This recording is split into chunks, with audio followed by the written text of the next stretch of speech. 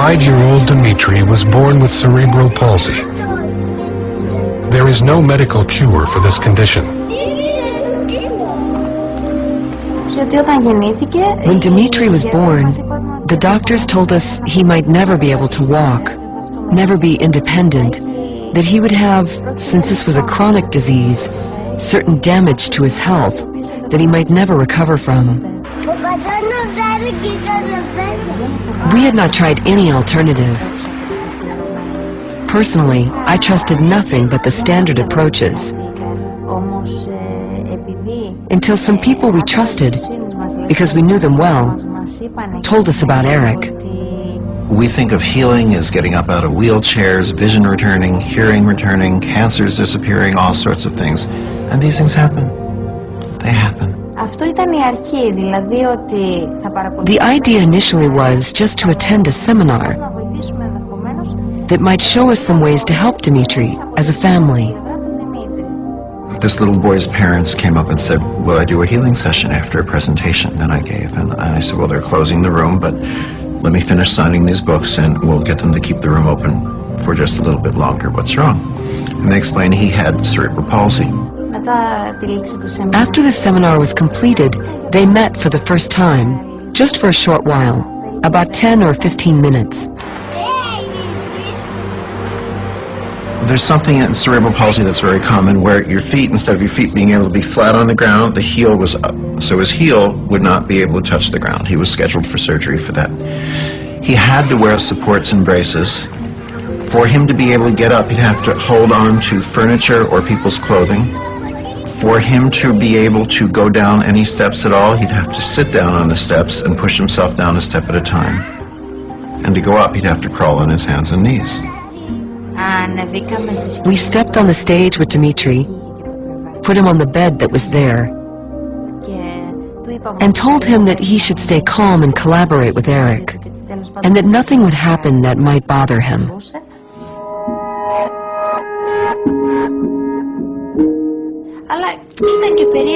It was strange for us to think that this man was trying to heal him using his hands, and yet without actually touching him. He got up after 4 minutes and was not just walking, he was jumping and he was running. It was a huge surprise and a great joy for us. But at the same time, we were left wondering, how does this all work? So fast, so directly, and so effectively. He was walking properly, not standing on his tiptoes. And there was no need for anyone to help him climb the stairs, which was what usually happened.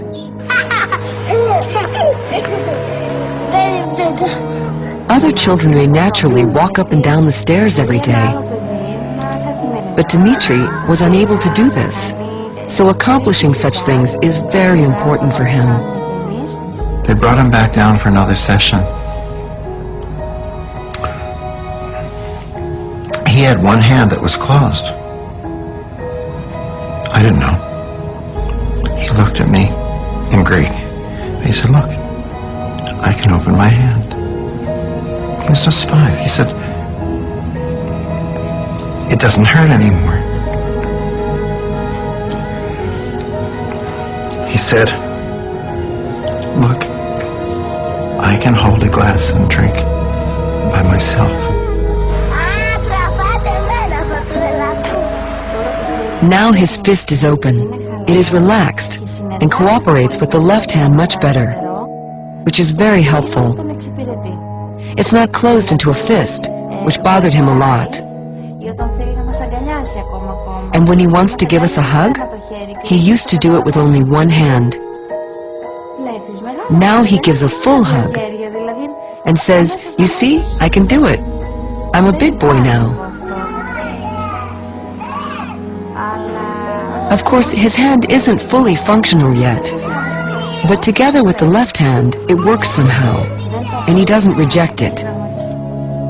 Perhaps the most fascinating aspect of reconnective healing is that it can be learned.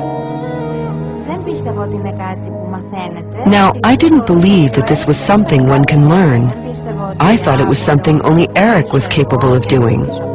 I didn't think I could acquire these skills too, and help you, my neighbor, my friend. But in the course of the program, right away we saw for ourselves that yes, you can indeed learn to help others. If you see the living example standing in front of your eyes, as we see our own child, then I think that yes, you believe it.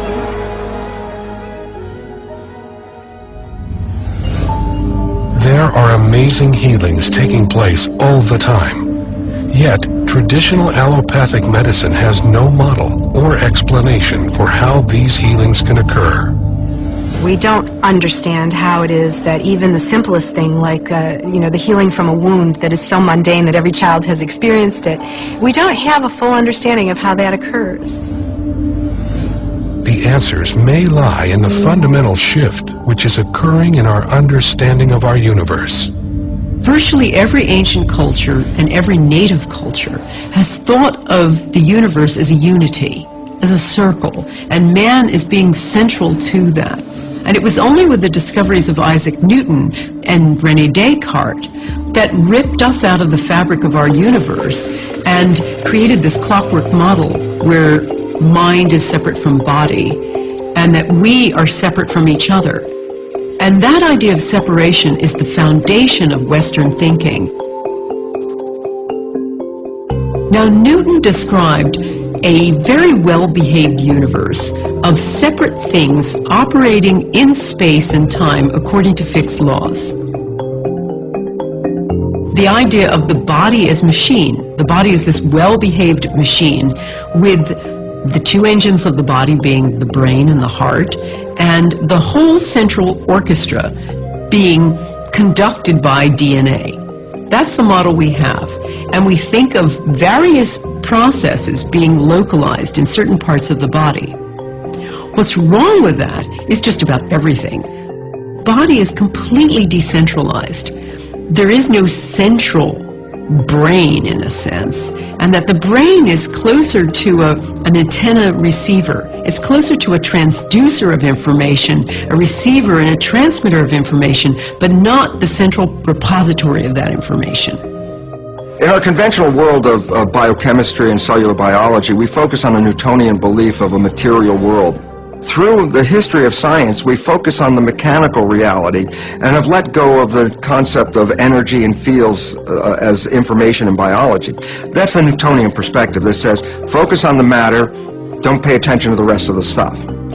Except that we're now recognizing that the mind, which is an energetic field of thought, which you can read with EEG wires on your brain, or even more interesting is a new process called magnetoencephalograph called MEG. While electroencephalograph, you put wires on the skin and read brain activity, magnetoencephalograph is a probe outside of the head, and it reads the fields of neural activity without even touching the body. So it basically says that when you're processing with your brain, you're broadcasting fields.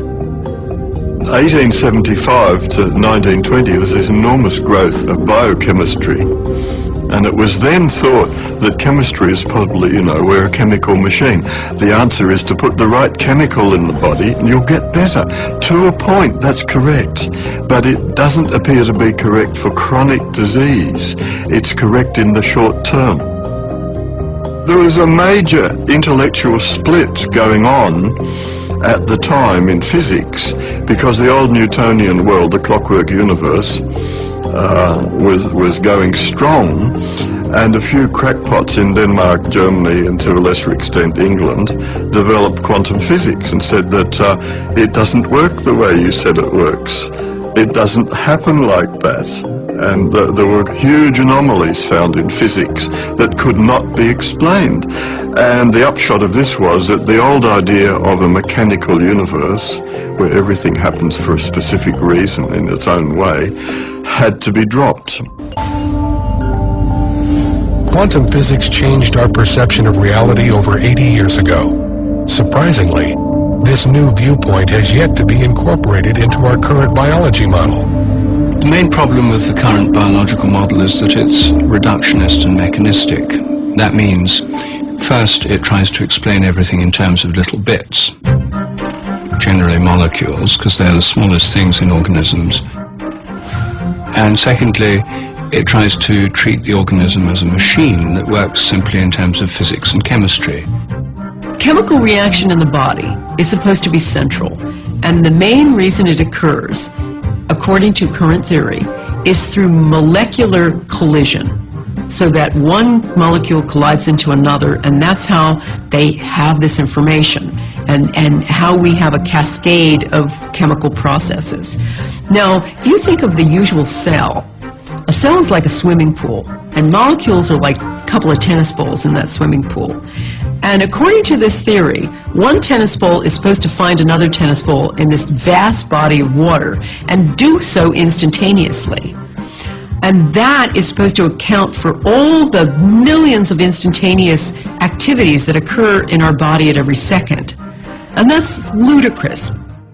The existing control system of modern medicine is enzymes, hormones, not consciousness, not emotions, not body field.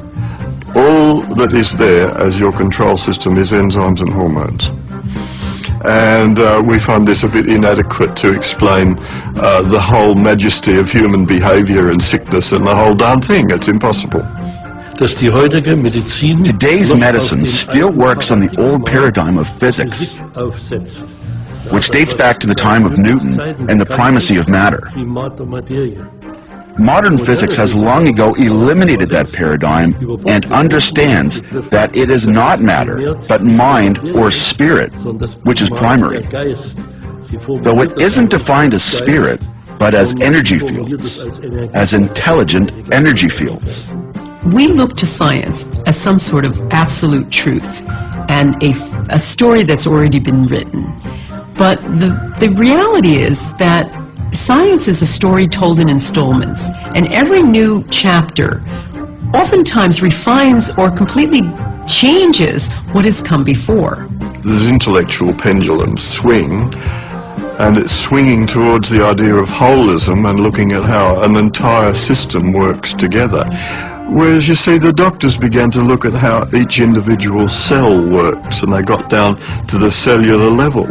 That's all been done for 100 years. Great, we understand it a lot. But we don't understand how the cells talk to each other and how they deal with information.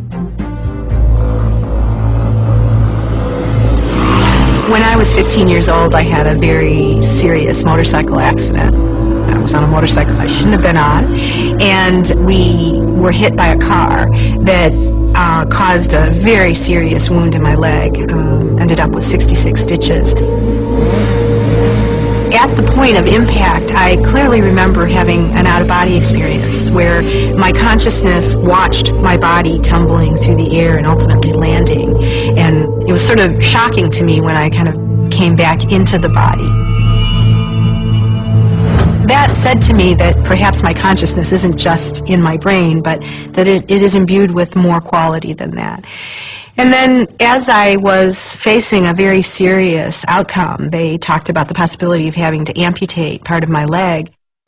I remember laying with a cast from my hip down to my ankle and thinking about how to rally my immune system through my thoughts such that I could promote healing in my leg.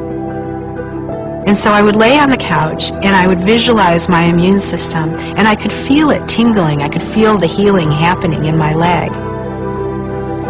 And I didn't come from a medical family. I have no idea at all where this idea came from. But somehow it was noetic. It came directly to me that that was what I needed to do.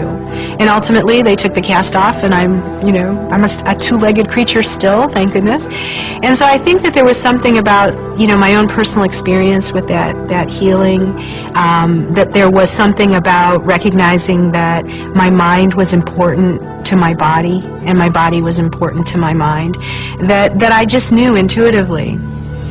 Mind, intention, belief. Can these factors influence healing? If you think you have an incurable disease, if you think it yourself, you are right. If you think your problem is curable, then you are also right. It all depends on your intention. When you think about intention, what is intention? And how does intention play a role in healing? Intention plays a role when you think about how our thoughts and our emotions and our cognitions influence our immune system and our endocrine system. And we know that this happens. We know that people who feel a tremendous amount of stress, for example, have a diminished capacity in terms of their immune systems functioning. It's been discovered in the laboratory over the last 15 or 20 years, for example, that intention does have physical effects. So, for example, we recently conducted a study where we recruited couples, one of whom had cancer. And we took the partner of the cancer patient and we trained them in what we called a compassionate intention program. And so they were invited in to participate in a training program. A lot of it had to do with meditation, it had to do with heart opening, it had to do with subtle energies. And we took them through this training program, and then we asked them to go home and continue to practice this intervention for 8 weeks. We brought them back and we put them in our laboratory, and we monitored the patient in one room, and we put them in a 2,000-pound electromagnetically shielded room so that there was no possibility of electromagnetic fields or the partner of the cancer patient talking to them on their radio, on their cell phone, and saying, okay, breathe deeply now. We could rule out any of those kind of conventional explanations. Meanwhile, the partner who'd gone through the training program sat in another room and watched the image of their loved one on a closed-circuit television screen. And then at random times throughout the session, they were asked to send loving, compassionate intention to the patient. The idea was to see if we could find correlations between the intention of the one person and the physiological activity of the other. What we found is that there was a significant correlation in the physiological activity of this person and the physiological activity of the other. This suggests that there is some way in which information is transferred that isn't accountable by the conventional Newtonian model of cause and effect. You know, the partner of the cancer patient wasn't coming in and whispering in their partner's ear, calm down now. You know, quite the contrary. They were at a distance, and there was no way that the two people knew when this kind of interaction was happening, and yet it happened. Sending an intention that I am better, sending information with belief that I am better, is sending information to the body to correct itself. Because as we say, a thought is an actual physical energy too. And it sends information to the body as well. It's been very well demonstrated that our belief system affects how we behave and how we perform.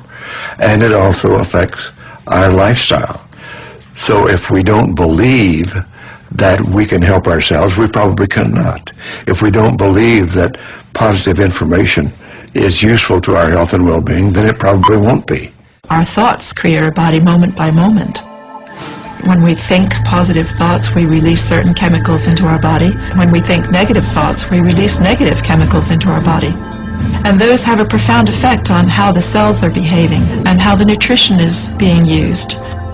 It's very obvious to me, working as an osteopath, that the stress that people hold in their body has various patterns according to how they're thinking. Probably the most essential aspect of healing is to believe in the modality you're using and to stay positive in some way. There's so much evidence about belief in a system of medicine being crucial to the effectiveness of that. I used to say to people who have cancer, after researching the limitations of things like chemotherapy, don't have chemotherapy, it only works 9% of the time. I don't do that anymore. And the reason I don't is that I believe that belief itself is the body's strongest medicine. And if you believe something is going to work, regardless of what that is, it's going to work for you. There was a study in Houston of some patients going through a knee operation for arthritis. Half actually went through an operation where they were worked on for their arthritis. The other half were given a sham operation where they just opened the knee and then closed it and did nothing. They found over 3 years of follow-up that both sets of patients reported having no pain. So the patients where nothing was done to them still reported being pain-free. Their arthritis was gone. There have been other studies looking at if there's any difference between going to the gym and thinking about going to the gym. And with this study, they took a group of people and they sent half to the gym to work on their biceps. And the other half were allowed to sit in their armchairs and just think about going to the gym and working on their biceps. And they still recorded a very strong effect in the group who had just sat in their armchairs. The couch potatoes still built up their biceps. So the body really can't distinguish between, action and thought. And you see this most clearly with the placebo effect. Traditional Western medicine typically attributes spontaneous or miraculous healing to placebo. But what exactly is the placebo effect? The placebo effect is the fact that a belief that a person has can override their biology. Well, it's so profoundly important that science has recognized that at least 1/3 of all healings, including drugs and surgery and other allopathic interventions, 1/3 of all healings has nothing to do with the process, but has to do with the placebo effect. That a person believes that the process is going to heal them and heals themselves in spite of the fact that maybe the pill was a sugar pill or the operation was just a sham and wasn't real. And why this becomes important is clearly 1/3 of all healings occurs without anybody doing anything other than having a positive thought. And what interests me as a biologist and former professor in a medical school is how we can talk about the placebo effect for about 15 minutes in a pharmacology course, and then totally ignore the relevance of thought and mental processes on biology for the rest of medical education. So that our doctors are not really using the placebo effect effectively, that we're not even studying the placebo effect, and right now we could cut the healthcare cost by exactly 1/3 by just using the placebo effect. It seems time that we began to shift the lens and start really focusing on what is the nature of the placebo. How is it that you can take an inert substance, something that has no known medicinal capacity, potential, and that inert substance not only can create physiological changes in the body, but actually somehow is able to manage a whole cascade of responses within a very complex system such that it can target the liver or the kidney or the lungs. That is a great mystery, and we don't understand that, and much more needs to be done. I would say that what medicine calls the placebo effect is, by all means, an effect that is created through energy fields. As we often say, one has to believe in it, then it will work. That is correct, yet we don't think about how we actually do that every day. If, for example, we want to watch RTL, a German TV station, then we press the RTL button, which means that we go into alignment with the frequency where RTL can be received. RTL is always present, but if we don't focus on it, then we won't receive it. So, when I want to watch RTL, I have to focus on it. I have to engage in it. And here, it is the same. When I focus on something with my mind, the information follows this attention. The placebo effect is really another way of talking about the body's self-healing capacity. And anything that unleashes more of that is going to be a better system. I was absolutely desperate to have children. It was one of the reasons why I'd gotten divorced. I wanted children and my husband didn't. So I moved to London thinking it would take me a maximum of 2 years to find myself a new partner and settle down, and I'd be out in the country having my 2.5 children and I'd be totally happy. That was my plan. I was very good at making plans. So there I was. I had my osteopathic practice. I was seeing clients. And I was stressed, frustrated, depressed. And I had been having headaches for years, maybe 10 years. I'd been having these terrible headaches which were getting worse and worse and worse. Sometimes they lasted as long as 5 days. I had a routine visit with my doctor, and the doctor found that my hormone level was very much out of balance and immediately suspected that I had a tumor. So I was sent for a brain scan, and they diagnosed a prolactinoma. It was a huge shock, out of the blue, and I felt at first how unfair. I went off to the medical library and started to learn everything I could about this tumor.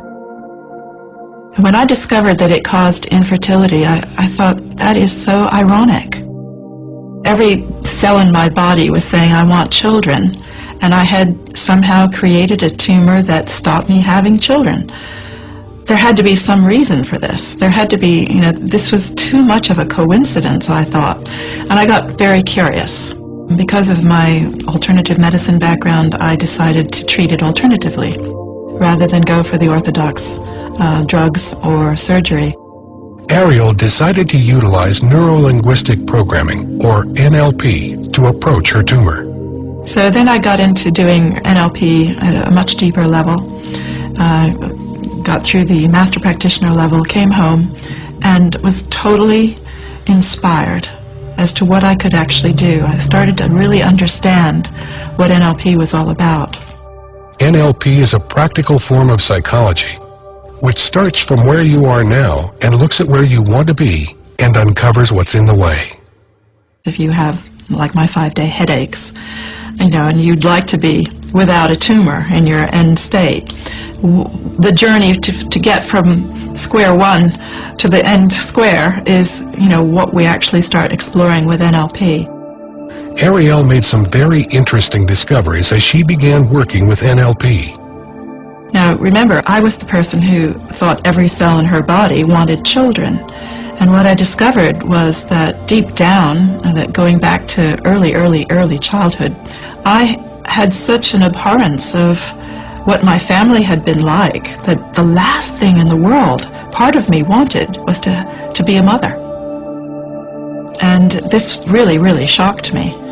I thought I wanted one thing, and in fact, an unconscious part of me was going in a completely different direction. And when I understood the reasons why it didn't want children and what it was based on, I was able to kind of let go of that and allow it to be the way it was, and at least to understand why I'd created a life that didn't go down that path. One day, I heard myself shouting inside my head. It was like this little voice saying, I'm so sick of this. I just want to be rid of this whole nightmare. I want to be rid of this tumor. And I stopped in shock as I listened to this voice inside my head, and I went, wow, there's a lot of anger in there, a lot of frustration. That's a lot of self-attack. If I'm attacking my tumor with all those thoughts of wanting to get rid of it, that's murderous.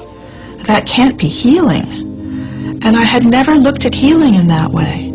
And I realized then that every thought I'd had was actually about making it go away.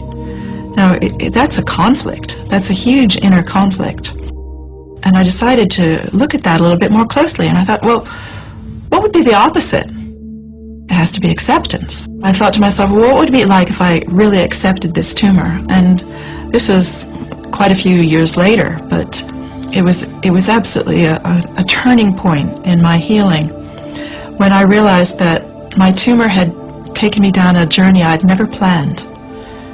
It had taught me things I had never intended to learn. I had changed my career. I had changed my whole outlook. I had learned lots of things about myself and others. I had insights I'd never had before. I'd met amazing people, wonderful people all over the world. I'd had the support of people all over the world. And I realized I liked myself a lot better. And so I thought, okay, I can see that this tumor hasn't been totally bad. What if it has a purpose or a reason for being here? Because obviously it's done a good job so far. So if it's got a purpose for being here and it's still here, maybe there's still a purpose. what would happen if I gave it permission to stay for the rest of my life? It was 6 months after I had that realization and I got to the point of accepting the presence of my tumor. I had my routine blood test and went to see my specialist, and to my surprise, my hormone levels were completely normal. And when my doctor saw them, he just went, "Wow, that's incredible." And, you know, I thought it had been a mistake. I thought maybe the blood test reading was wrong or something. I said, "Well, you know, so much time has passed and I'm older now. Maybe my hormones have changed." He said, No, can't be that." He said, "This can only mean one thing. Your tumor has gone." And he said, "This is a real credit to you. I don't know how you've done it. I don't know what you've been doing. But I have to tell you, I've seen you for 10 years and you're not the same person you were 10 years ago. You are completely different."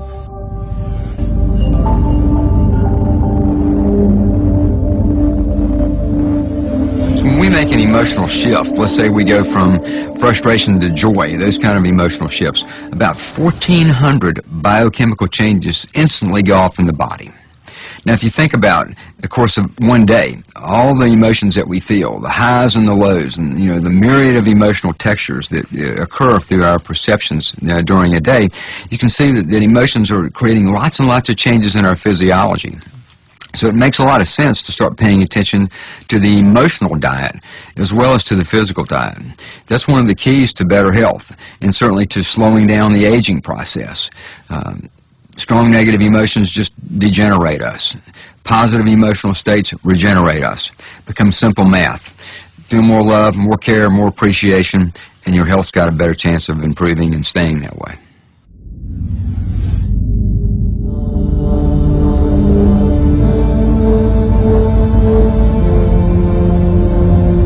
One of the most profound discoveries made really since the advent of quantum physics is a thing called the zero-point field. And what this is the energy exchange that goes on between subatomic particles. All subatomic particles engage in a little energy dance. It's almost like playing a game of basketball. They send energy back and forth to each other. And in that exchange, a thing called a virtual particle is created, just for less than the blink of an eye. Now, that little individual exchange isn't much energy. It's about a half a watt's worth. But when you multiply all of the subatomic particles doing this energy exchange across all things in all the universe, you come up with this unfathomable amount of energy, all happening out there in empty space, like some supercharged backdrop.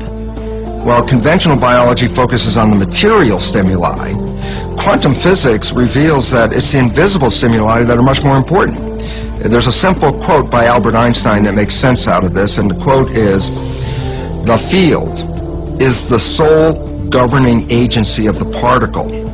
What Einstein meant by this very simply is the field, the invisible energy forces around us.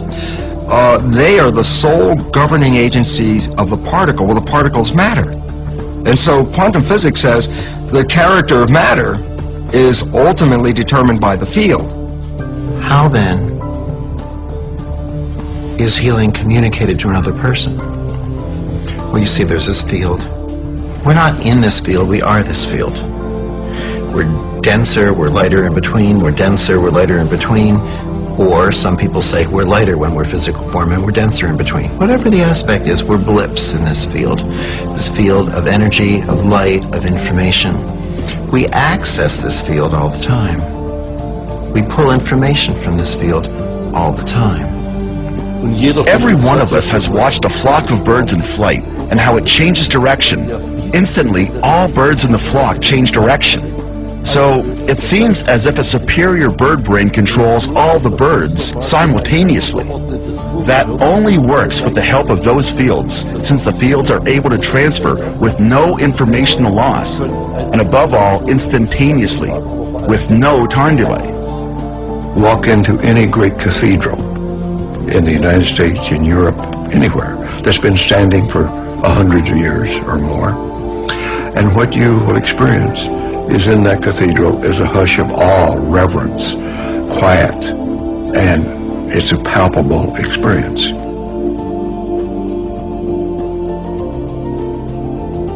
Why is that true?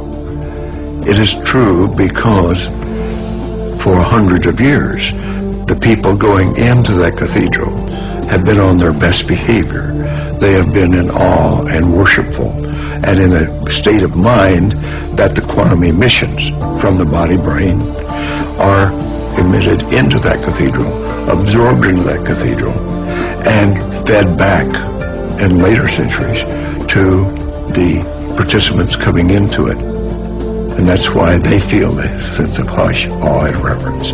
We're all part of this giant energy field, this zero-point field, that we're all connected, and that we're connected across the furthest reaches of the cosmos.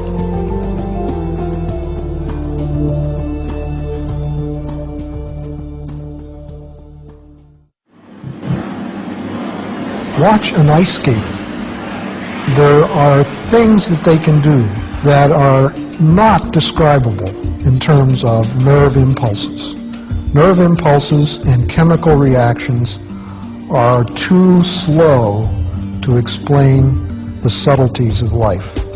Even now, if you look up the textbooks in psychology, in medicine or biology, and try to find out how the nervous system works, you're confronted with the discontinuity of the system.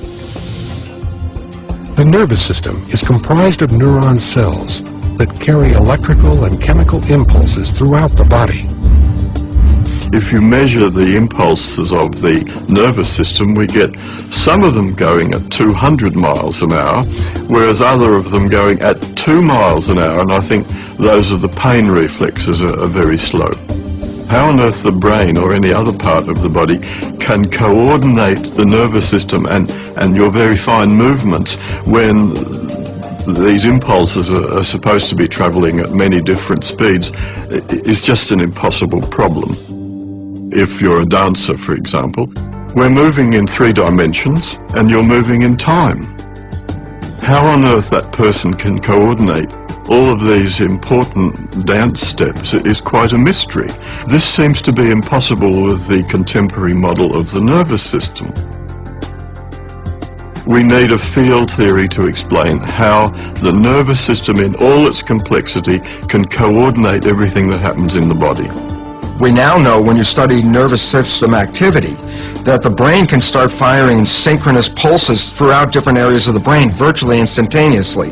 The significance of these coherence of these pulses that begin to fire when actually consciousness is functioning is when scientists looked at how fast you could coordinate all these different areas that were focusing at the same time, that the coherence of the firing was faster than the physical ability of cells to communicate from one area to the other. So basically, these results reveal that the brain is communicating on a higher level than through the physical transmission of nerves. Our brains also don't work the way we were taught in school. Learning isn't here, memory isn't here, speech isn't here, this isn't there, this isn't somewhere else. These aspects are diffuse throughout our brains, and we access it from the field. So it's as if there's this bandwidth of information that we're always in tune with, although not always consciously. We're understanding that the brain doesn't have precise addresses for certain things. No one's been able to find where memory is, for instance. And Carl Pribram did some amazing studies years ago, horrible studies, where they taught rats certain runs and then began systematically destroying the rats' brains. And they found that no matter how much of their brain they removed, the rats might have terrible motor skills from that, but they would still, over and over, remember the run. And from that, Pribram understood that you couldn't say that memory has one precise address, that it's much more delocalized. And in fact, most radically, that memory might not exist inside the skull at all, but maybe somewhere out here in the field. And so what you have instead of this localized, centralized system is much more of a paradigm where the body is an interaction. It's not something that ends here, it's something that ends out here. And that we have an interaction taking place between us and our environment, us and the field at every moment. I had an irregularity on a kidney that was discovered by an MRI. the physicians wanted to biopsy that, and I said, no, we're not going to do that. And I had a healer, Adam, a young man in Vancouver, who was developing his talents as a healer. He wanted to work on it. Over a period of a month, we did that once a week. Using just a photograph, Adam can perceive a person's body field in the form of a holographic image. He sees areas where the energy flow is blocked, which indicates illness or injury. Through his intention to heal, he manipulates energy and information to clear these blockages, allowing the body to change. I went back and had a sonogram made of that a month after diagnosis. The radiologist examined the data and said, whatever you're doing, keep doing it, but the irregularity in the kidney is smaller and disappearing. Went back 3 months after that, and later in 2003, after that, where the total healing period had been less than 6 months, and again had sonogram, and it was totally gone. Everything was regular again.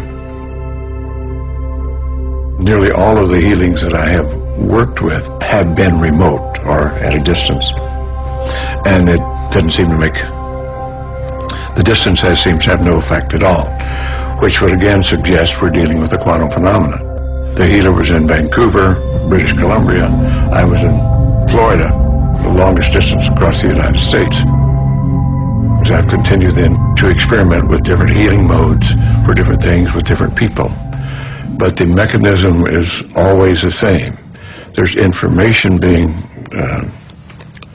transferred, and there seems to be an energy transfer as well that's palpable. It now appears that our bodies are connected to the field, but what is the mechanism for this intercommunication? How can this connection take place? One possible solution: the biophoton. Biophotons are weak emissions of light emanating from the cells of all living things. We know we're sending out information with biophoton emissions because people like Fritz Popp have discovered that we are sending out tiny currents of light. We started to look for these photons. I knew from the beginning on that it must not be very high intensity, but it was clear that one should have these photons at all in a cell. In order to detect the biophotons, Professor Popp and his students needed a photomultiplier that was so sensitive it could see a candle over 12 miles away. When a living organism is placed in front of the photon detector, light emitting from the cells can be observed. We started with cucumber seedlings and later with other ones, and all living systems which we put into the instrument showed this very weak photon emission. Professor Popp theorizes that these biophoton emissions may be controlling our body's metabolism. Molecules cannot regulate themselves. They have to have a field, more or less. So the photons should be the carrier of the information which is necessary to regulate the metabolism. These biophotons create a dynamic, coherent web of light within our bodies. Our bodies are constantly emitting light in the form of biophotons. Are these biophotons the body's control mechanism? Isn't that the function of our DNA, our genes? Genes are not controlling our biology. When we get issues running in families, for example, cancer, we immediately look at a genealogy chart and mark all the recipients of this cancer running through the family, and then turn around and say, look, genetics, this is running in the family, so there must be cancer genes. What they've left out of this very interesting piece of research that reveals that when children are adopted into families that have cancer, the adopted children will express the cancer with the same propensity as any natural child in that family. But the interesting fact is the child comes from totally different genetics that doesn't even have that cancer. So it says being introduced into the family dynamics which is where you learn perceptions and beliefs and attitudes, is what shapes the cancer, not the genetics that somebody came in with. There is a new branch of genetics known as epigenetics that addresses this environmental influence on genetic expression. Epigeneticists have discovered that the information inside every cell, the thing that switches it on and turns it on and changes things, is not inside the cell, but outside. Signals occur outside from the environment. A gene is a blueprint, that's basically what it is, to make a protein molecule. And the proteins, there are over 100,000 of them, are the building blocks that give us our biology, our structure, our behavior. Okay? So the issue is, we talk about gene blueprints, and up until the last 10 years, a blueprint was a hardwired piece of information to make a particular protein. The new science is just mind-boggling because it reveals that through epigenetic mechanisms, through the influence of the environment on reading the genes, epigenetic mechanisms can produce over 30,000 different variations from every gene blueprint. And all of a sudden, when you start to recognize that, you realize we have potentials that are totally unlimited. And this is a great change from a belief that genes were deterministic. Now genes are potentials. If you just look at the molecular level, the Human Genome Project has revealed that we have about 25,000 genes, far fewer than they originally expected.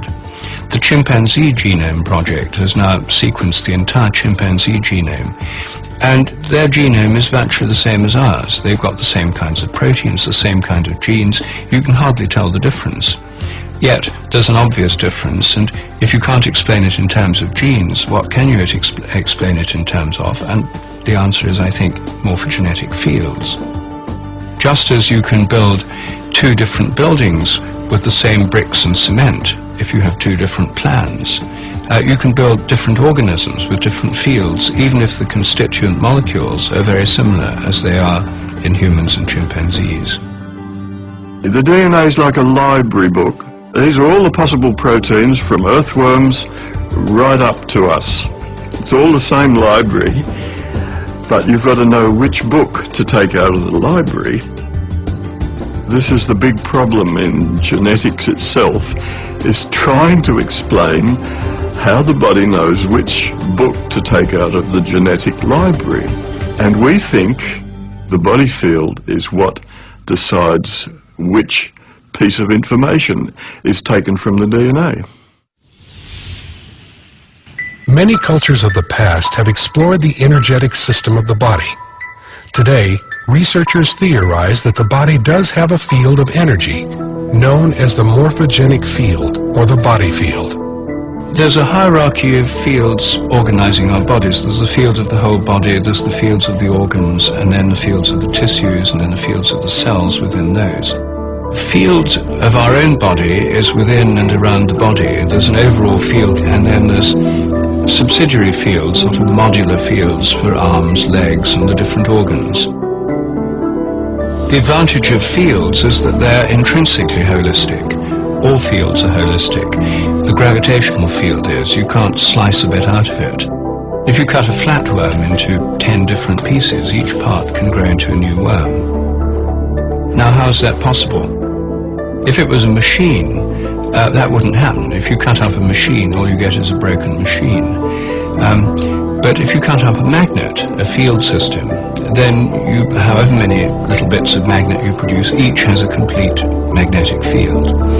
And it was this analogy with magnetic fields that led developmental biologists to suggest the idea of morphogenetic fields in the first place. And this was way back in the 1920s. And this field is now a crucial concept in developmental biology. You can't really understand how organisms develop without it. All humans begin life as a single cell that grows and divides, developing into the various organs and limbs of our bodies. How these cells know what to become has baffled scientists and led to the idea of control fields in biology. We've already found that there are different parts of the body field, some of which relate to the muscles and connective tissue. Another part of the body field that relates to the brain, and nervous system, yet another one for the morphic field, which connects back to the DNA and the genetic information of your body. So it links up with medicine in many places, so it's not different from medicine, it's just going a little bit further conceptually. These energetic fields may provide the information necessary for controlling the body. How does the body know to maintain its temperature at a particular temperature? What decides, or who decides, what is going to be the correct blood pressure for that person? Nobody knows, and we're saying, as a holistic idea, the body field decides to turn all the knobs. Morphogenetic fields, or more generally fields of information, yes, are control systems over and above the molecular level or the biochemical level. They're systems that organize the body, they organize the developing organism. Plants have them too, all animals have them. They maintain the form of the body, they help bodies to recover from disease or damage, they underlie regeneration, for example. We can go even further and could say that the human body actually is structured information. Or in other words, that the human body is an energy field. An energy field of standing, stationary, scalar waves that are correspondingly organized, structured, and contain a great deal of information. And I think that we really need a field-based model of the body if we're ever going to be able to integrate different forms of healing or medicine into a coherent understanding. The body field is an energetic field filled with patterns of information. All of the organs in our bodies generate their own specific fields. One organ in particular seems to generate significant fields which affect the entire body. The heart is the emperor in the system, the liver and all the organs have other tasks, but the heart is overruling all. There's a concept in energy medicine called energy cardiology that says that the signals produced by the heart are all of regulatory importance. The heart is constantly emitting sound, pressure waves, heat, light, electrical, magnetic, and electromagnetic signals. All of the cells in the body are receiving these different kinds of signals at different times because they travel at different velocities through the circulatory system. The heart generates by far the largest rhythmic electromagnetic signal in the body. If you look at this magnetic field as a carrier wave, it's being modulated with information. So it's the carrier wave for information. And the work in our lab has shown quite clearly that it's modulated with emotional patterns. In other words, if we're feeling angry or frustrated, irritated, the information that's being imprinted on that magnetic field is very different than if we're feeling care or love or compassion towards that person. The heart has been found to have rhythmic beating patterns that can be incoherent or coherent. These patterns are closely linked to our emotions and how we feel. When the heart's rhythmic beating pattern is smooth and ordered, it's called a coherent rhythm. And that coherent rhythm entrains or synchronizes the brain rhythm, the nervous system, the bodily organs and glands all dance in harmony to that heart coherent rhythm. Positive emotions, what we tend to call positive, things like love, appreciation, care, forgiveness, gratitude, all lead to a very different kind of heart pattern than negative things. Like if we're feeling anger or irritation, anxiety, those create what are called incoherent rhythms or disordered patterns. On the other hand, we have the positive feelings when we're just appreciating the sunset and how beautiful it is. Our heart's beating out this what we call coherent rhythm. It's a sine wave-like pattern that the heart is sending to the brain. And we call it heart coherence because in research we find that the heart has to get into this synchronized, coherent, rhythmic pattern of heart rate in order for the rest of the brain and the nervous system and body to entrain and synchronize to that powerful rhythm. So it starts with the heart. When we feel the pulse, what we're feeling is the pressure wave created by the beating heart. It's not actually the flow of blood, it's the pressure wave. So every time the heart beats, that pressure wave goes to the brain and throughout the body. And if we look at the brain level, that pressure wave synchronizes all the neurons. In fact, the brain would be in trouble if it didn't have that synchronizing signal to kind of give us a global synchronizing effect. When someone is in coherence, you can often feel their love or their compassion or their gratitude radiating. Coherence is the optimal physiological state that underlies learning and performance and facilitating the body's natural regenerative processes. The heart has its own intrinsic nervous system, which can sense, feel, remember, and process information that's independent from the brain. We always think of the information input system as being entirely in the brain. But we're now discovering information that the heart receives information first and then relays it to the brain. Studies have shown that the heart responds faster than the brain to outside stimulation. One of the more recent studies we did in our labs was looking at what we ended up titling the electrophysiology of intuition. There was some previous research that had been done showing that the body would respond in a way that would predict a future event if the future event was emotionally significant and relevant to the person. Participants were attached to sensors to record their brainwave activity, heart activity, and heart-brain interactions. The person would be sitting in a computer, push a button, and then we're recording physiological data, and 6-8 seconds later you would be shown a photograph.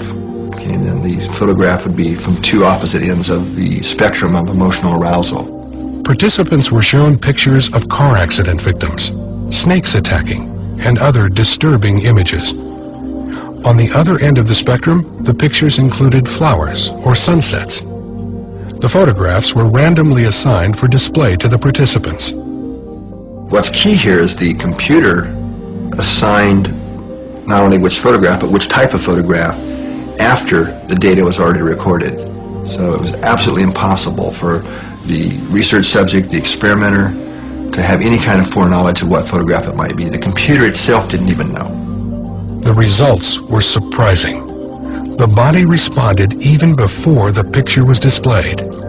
What we found was that not only did the body indeed respond prior to the event, the seeing the picture, in a way that would predict it, but it was the heart that responded first. The heart's response was not only faster, but the signal it sent to the brain varied depending on the emotional content of the picture. Looking at the signals that the heart was sending to the brain, that the heart literally sent a different message to the brain, depending on what the future picture was going to be. Then you saw a brain response, then you saw the body response, which is where it then became conscious. So the flow of this intuitive information is heart, brain, body, and then you have to have the body response for it to become consciously aware of it.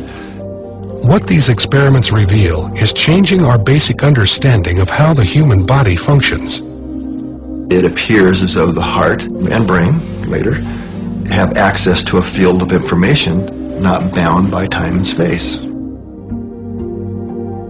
So if we're talking kind of quantum holographics or quantum physics, that's old news.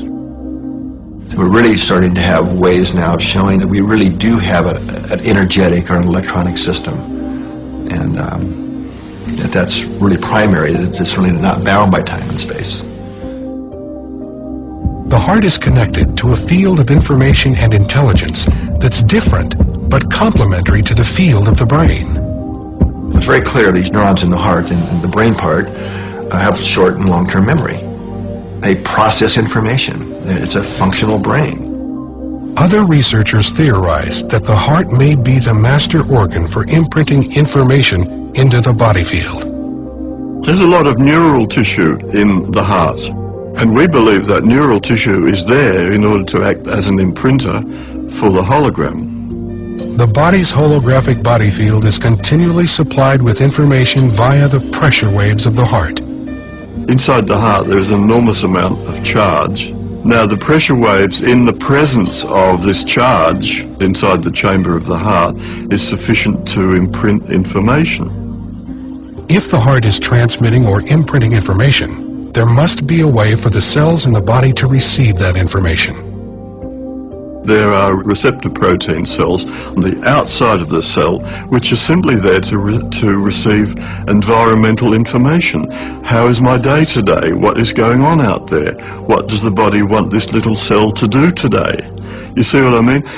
There has to be intercellular communication, but there has to be one source so there can be one control system for the body.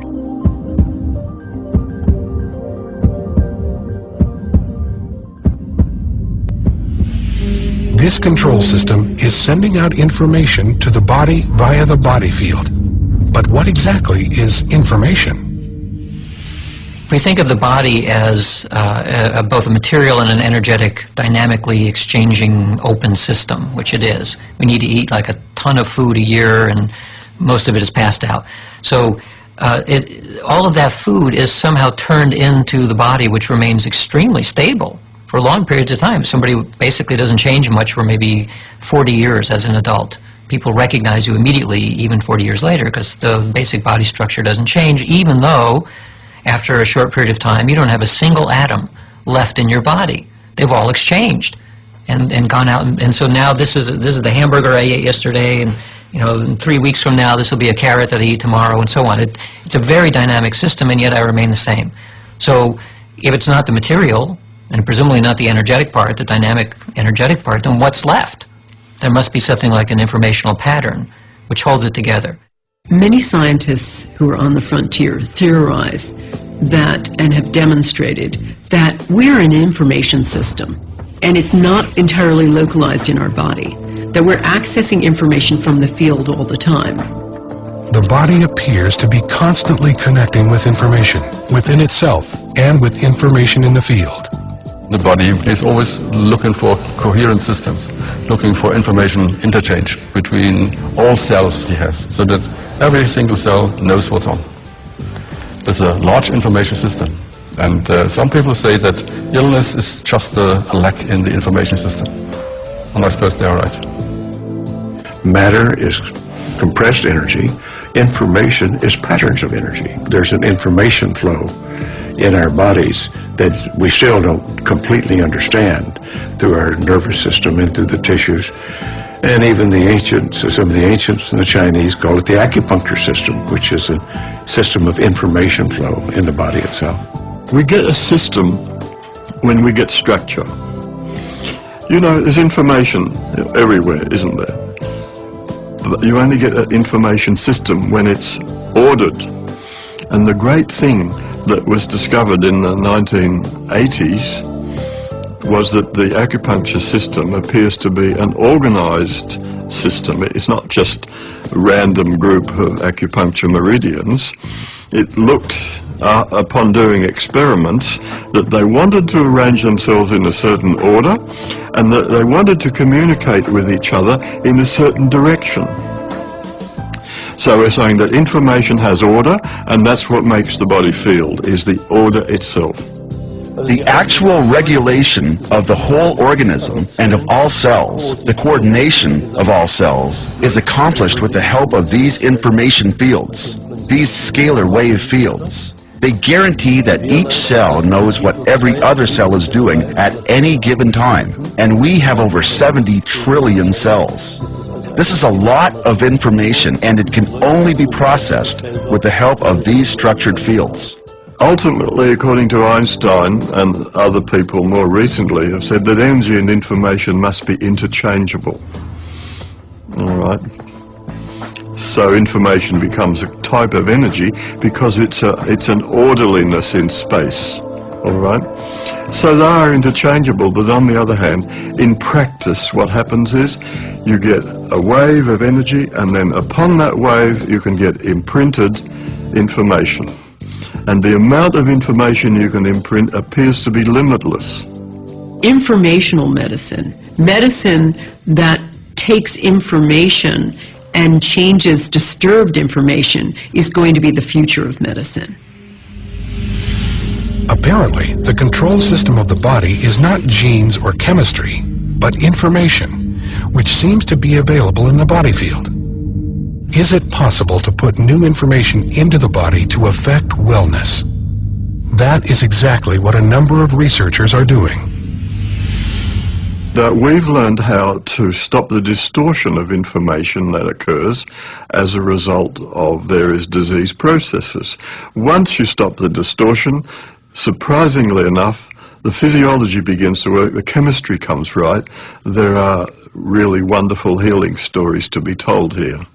And it's simply because we've learned how to correct the distortion of information in your body field. Disease is, in a sense, scrambled information.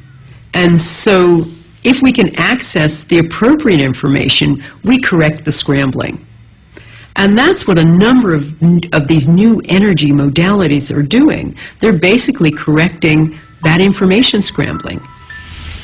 That's what we're done too. I was diagnosed with thyroid cancer when I was 20, which resulted in having to have surgery, and they removed all but a fourth of my thyroid gland.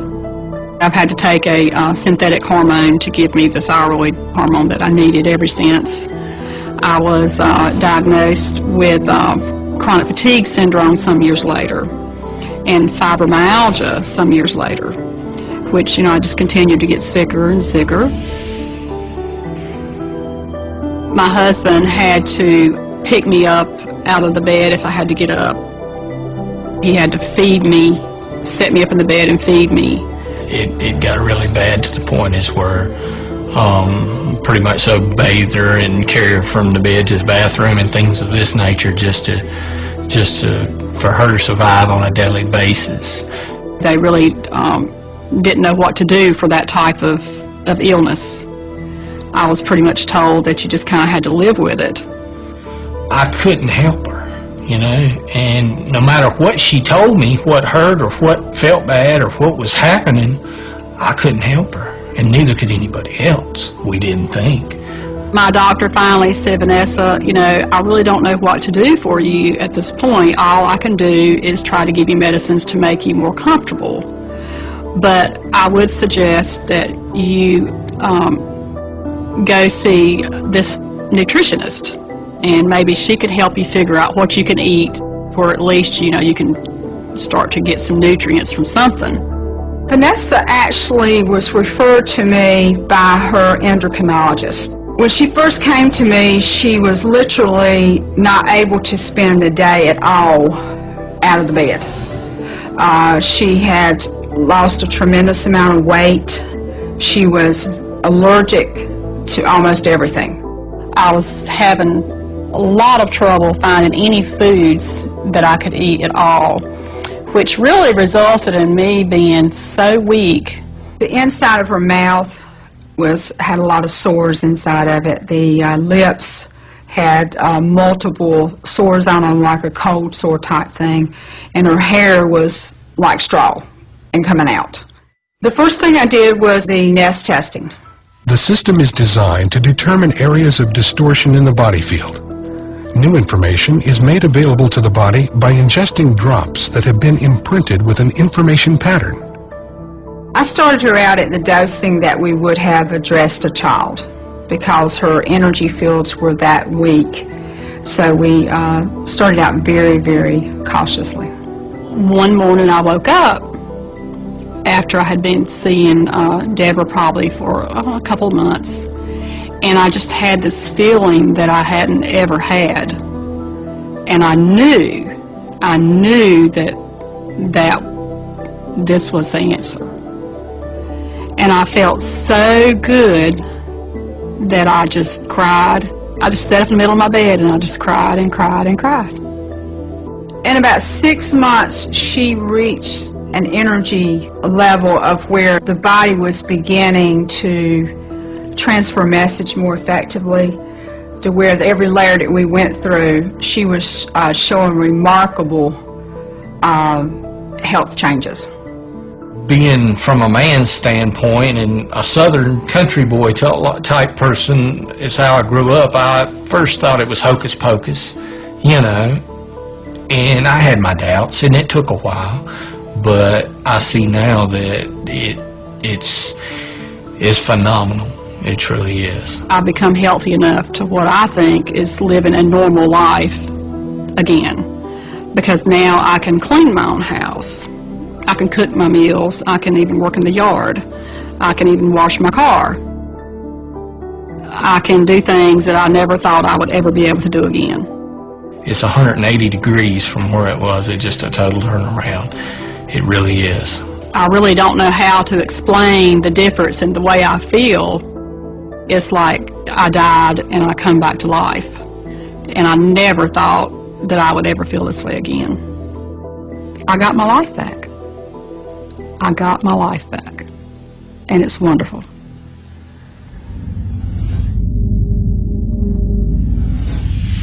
We're on the threshold of an entire new understanding of how disease happens, how information is transferred, and how to enhance information transfer within living systems. There's a vast increase in chronic disease in our community, and I believe using these information methods that we can treat the chronic disease that couldn't be treated before. One of the most remarkable instances of the effectiveness and the instantaneous effect of informational medicine I heard about recently, and it had to do with this system called thought field therapy, which is an energy psychology that supposedly heals and changes negative thoughts around us. And the theory is that negative thoughts hang around us almost like a net, and they affect bodily systems. They use this system in Kosovo with survivors of the war in former Yugoslavia. These were families who had been severely traumatized because the Serbs had killed half of a family just so the survivors would be demoralized. So they took a group of people who had severe post-traumatic stress syndrome, who would have required years and years and years of talking cures and medicine and all that sort of conventional thinking. And they gave them thought-filled therapy. And to a person, this is 100% of the people in this study were made virtually instantly better, to the point where they were laughing, joking. They were healed completely from this trauma. Even the practitioners of energy psychology were blown away by the power of this modality. But this just gives us one small example of the power of using information as medicine. So the most important thing for people to do is to take total responsibility for their health. Not to think that it comes from outside themselves or that somebody else can give it to them. And by taking total responsibility, that may mean they have to start with choosing the thoughts that they think, so that they are in a good state of mind, the state of mind that's most conducive to healing. One of the fundamental things that has to change in the future of medicine is this focus on the gene as being the solution to every illness. If you look at what epigeneticists are coming up with, you have an understanding that the gene is really subordinate to this outside information system, and that we have to look at information rather than the gene as being the thing that we have to crack, so to speak. We have to come up with information systems that regularize the things that go wrong. I think there is absolutely no question that healthcare today at a global level is in crisis. And it's a crisis of meaning, it's a crisis of economics, it's a crisis of leadership, and it's a crisis of our models and our understanding of what promotes or facilitates healing. We do things like we have a war on cancer. We try to destroy invading organisms. It's a warfare model of health and disease and how to treat disease. And the body really doesn't go for that. We have to learn from other cultures, from other traditions, from the observations of all the different kinds of healers that are working in our own cultures at the moment. We have to take the best of modern science and use it to integrate what's going on. what we need to do is foster a revolution that shifts our model from a disease-centered orientation to a healing-centered orientation. And once you begin to make that move, you are, responsive to a variety of different factors that can facilitate or enhance our natural healing capacities. I think we can rightly say the revolution has begun. Not just in my case, there are research workers all around the world who are thinking much the same and who have research data that we can incorporate into these new ideas of the body field. But I think now we have a viable scientific theory for how the body stores and accesses information. So we do have a medical revolution on our hands.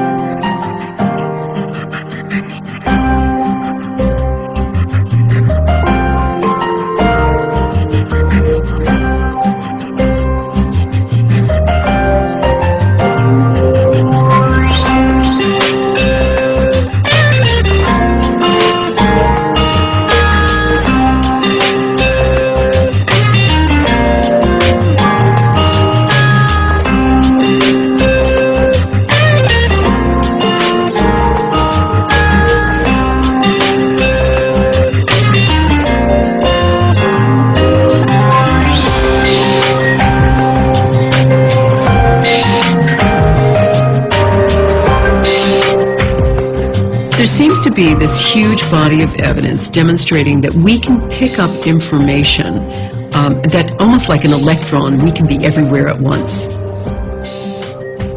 So I would say what healing is learning to correct the human body field so that it works according to the original blueprint.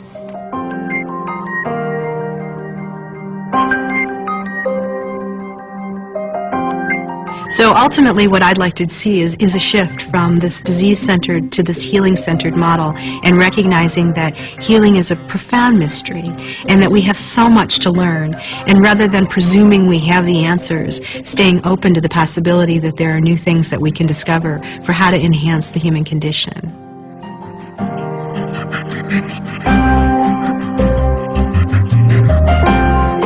The mind is the functioning of the brain that interprets the environment and adjusts the biology.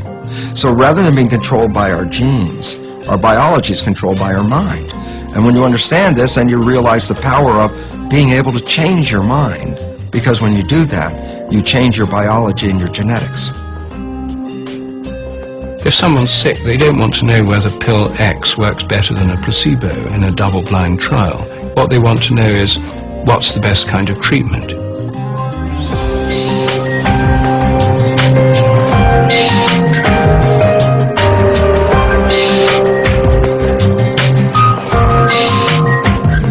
I believe that we are more powerful than we realize. I believe that many of the medical techniques that we're finding to be very successful, people can do on themselves once they understand their own energetics. It's very clear that negative information is deleterious, or that if you accept it into your body and into your belief system, it will change the way you react and change your state of health.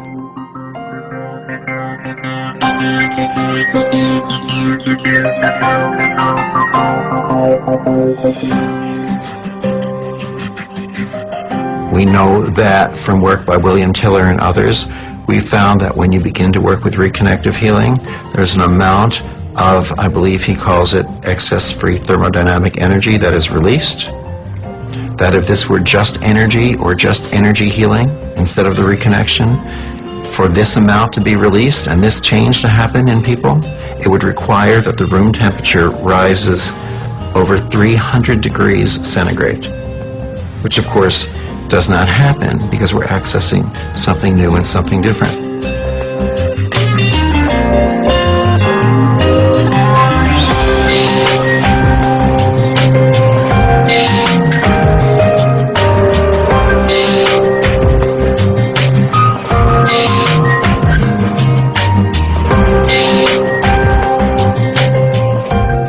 Coherence is the natural resonant state of the human body. In other words, we do have, us humans, we have a resonant frequency. Okay? And it's also what we call the coherent state.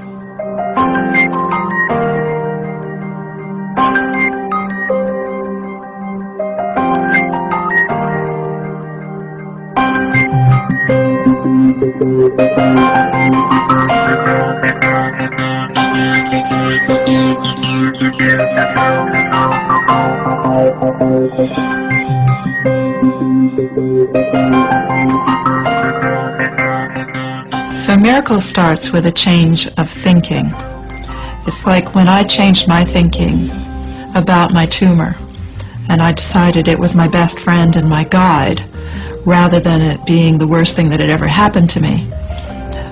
That was the miracle. When I gave it permission to stay to the end of my days, that was the miracle. People think it's the end result, but it's not the end result. It's the change of thinking which leads to a completely different inner state.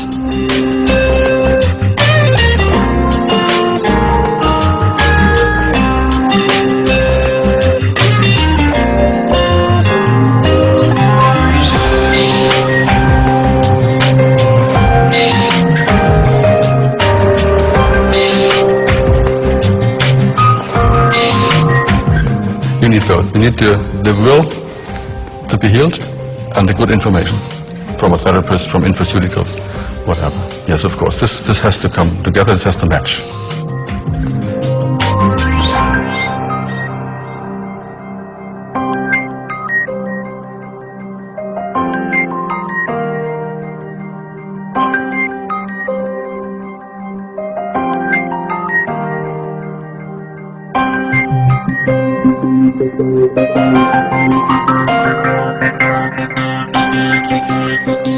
So healing is restoring the body's own self-repairing mechanisms.